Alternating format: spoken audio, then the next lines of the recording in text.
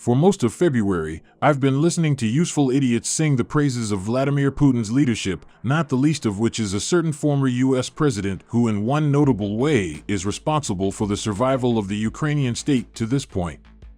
If for some reason you've been under a rock for a month or you're confused about all of those blue and yellow flags you've seen around, allow me to summarize. Since April 2021, Russia under Putin's leadership has amassed close to a quarter of its troops on the border of Ukraine. Starting in November, Western leaders have taken turns engaging in diplomatic meetings with Putin and his foreign minister Sergei Lavrov to try to get him to draw down the threat. At that time, Putin issued a series of demands to the West. The 8-point document was unprecedented and confusing. Serious treaty drafts are not issued unilaterally and publicly. As at no point was Ukraine included in the talks, the effect was that of a ransom note rather than a serious effort at diplomatic solutions. While some of the points were completely reasonable, 3 were out of the question: the restriction of Western deployments to 1997 levels, essentially cutting former Warsaw Pact states out of any meaningful participation in NATO, the restriction of future NATO expansion, specifically naming Ukraine, and the restriction of the location of future NATO exercises, essentially giving Russia a veto over NATO activities near its borders. In a nutshell, Putin claimed to want to control who is in NATO and what it does. Honoring these demands would require a complete rewrite of the NATO Charter. Putin and Lavrov knew these demands were non-starters. What was their game then? There were several theories about this. I believed it was a smokescreen that would have allowed him to make a play at formally absorbing the breakaway territory in eastern Ukraine. After all, the Ukrainian military was no longer the pushover it was in 2014 when Crimea was annexed. Ukraine's first use of Bayraktar drones to destroy an artillery piece in Luhansk demonstrated this. I thought it was also possible that he wanted to force the issue of the unrealized Minsk II Accords of 2015. While these talks put the shooting war in the Donbass on the back burner, the ceasefire was never truly honored by either side. Minsk was a desperate deal for Ukraine, and had it come to fruition would have allowed Moscow via the 2 separatist republics to kneecap Ukrainian sovereignty in perpetuity. Back in December, numerous analysts were talking about the idea of Novorossiya, a land grab that would create a Russian puppet state including Crimea and connecting it to eastern Ukraine as far west as the Dnieper River. Even then, this seemed like a stretch. A military assault on Kiev was in the realm of possibility, but beyond the imagination in its potential usefulness. Why Putin is an idiot? While Putin has always been reasonably savvy by autocratic standards, his tactical awareness has been demonstrably lacking to the point that many around the world have been literally questioning his sanity. The first weeks of February had world leaders, analysts, and interested individuals like myself opening our eyes to the unbelievable. Oh God! He's serious. He thinks he can rewrite the world order with his military. Before Putin launched his assault, he might have gained something. Now he has at best weakened his position on the world stage and at worst willingly stretched his neck on a guillotine. There is no good outcome for Putin. If the Ukrainian military cracks and the country is overrun, it will be impossible to hold. If Ukrainians didn't have a taste for self-determination before, they've been given ample opportunity to compare it with the alternative. Putin may succeed in assassinating Ukrainian President Volodymyr Zelensky, but the damage has been done. Zelensky has become a symbol of resistance far beyond Ukraine's borders. His martyrdom would give rise to tens of thousands of Zelenskys throughout the Ukrainian populace and potentially throughout the world. Neither can Putin retreat. He has willingly lodged his boot in a nest of hornets from which he cannot flee. The use of the conventional military to redraw borders violates a geopolitical taboo that is guaranteed to provoke the sovereign nations of the world. Valid complaints, or stepping on a geopolitical rake. Consider this. Every one of Putin's security concerns against the West has been a direct reaction to his own policies.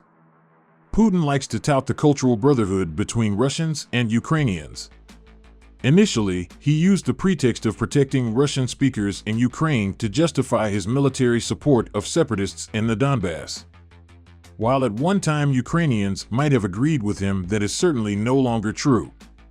It still might be true had it not been for the progressive behavior of Putin's poisoning of Ukrainian presidential candidate Viktor Yushchenko in 2004, his military assault on Georgia in 2008, his annexation of the Crimean Peninsula, or the fomenting of rebellion in eastern Ukraine in 2014. Now he insists the full-scale invasion of his brother country involves the active targeting of civilians with such brotherly weapons as Brother Iskander ballistic missiles and brotherly thermobaric assaults. If you're not familiar with thermobaric weapons, they ignite the oxygen above the heads of their victims, leaving them to suffocate as superheated air is sucked out of their lungs. F***CKU, man. And if you and I are thinking that, what are the Ukrainians thinking? If Putin wanted to weaken NATO, giving them something to rally against probably wasn't a smart choice. There has only ever been one reason for a country to join NATO: fear of Russia. There is no other. Playing some different cards might have seen him get out ahead.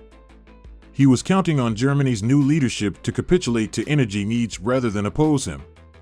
Instead, within 1 week, Germany has gone from waffling over Nord Stream 2 to sending lethal aid to Ukraine. Trump couldn't have done that. Obama couldn't have done that. Bush couldn't have done that. Congratulations. Only Nixon could go to China, and only Putin could unite the West. Not only is this invasion a disaster for Putin, but it's also a disaster for the world. Russia is the world's #1 exporter of wheat, and Ukraine is number 5. Needless to say, there will be no planting season in Ukraine this year. Both countries are important exporters of necessary fertilizer to the Middle East, Africa, and beyond.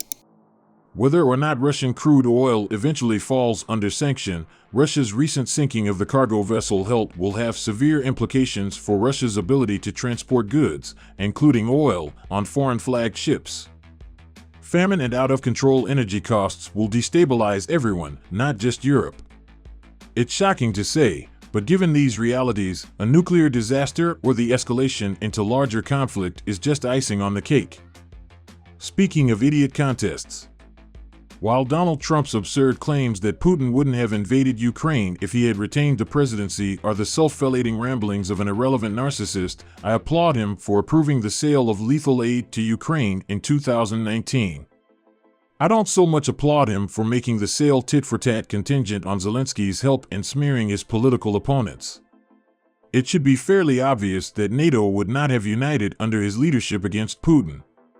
It's likely the Ukraine invasion might not even be reported on if Trump were president because it simply wouldn't have met his threshold of concern. On the other hand, I'd like to applaud current U.S. President Joe Biden for his creative handling of the situation. I'm certain that if you're accustomed to consuming your media from certain outlets, you probably checked out at the last sentence. If you're still with me, hear me out. Unlike Trump, Biden understands the importance of the United States in unifying the world.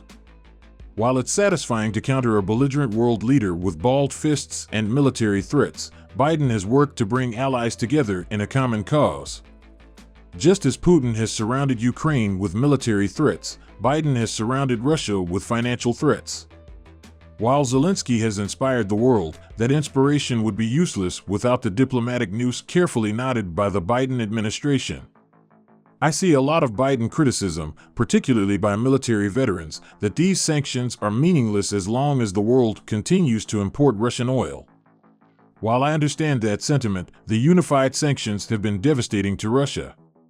European and North American airspace is closed to all Russian airplanes. Every day, business after business announces the cessation of dealings with Russia. The company holding the Nord Stream 2 pipeline is laying off its employees, and while it denies plans to declare bankruptcy, its long-term solvency is unlikely under current conditions. The ruble is burning. Putin doesn't even need to look down his absurdly long conference table to find the reason. Biden's broadcasting of real-time U.S. intelligence has been devastating for Putin's plans. The U.S. intelligence community's competence has emerged as unparalleled. Biden's choice to reveal U.S. intelligence in real time to the world has undermined Putin's disinformation campaign and established a truth versus lies narrative that is difficult to dismiss or contradict. Recall that for almost a month the US was predicting an invasion while most of Europe was in denial about the possibility.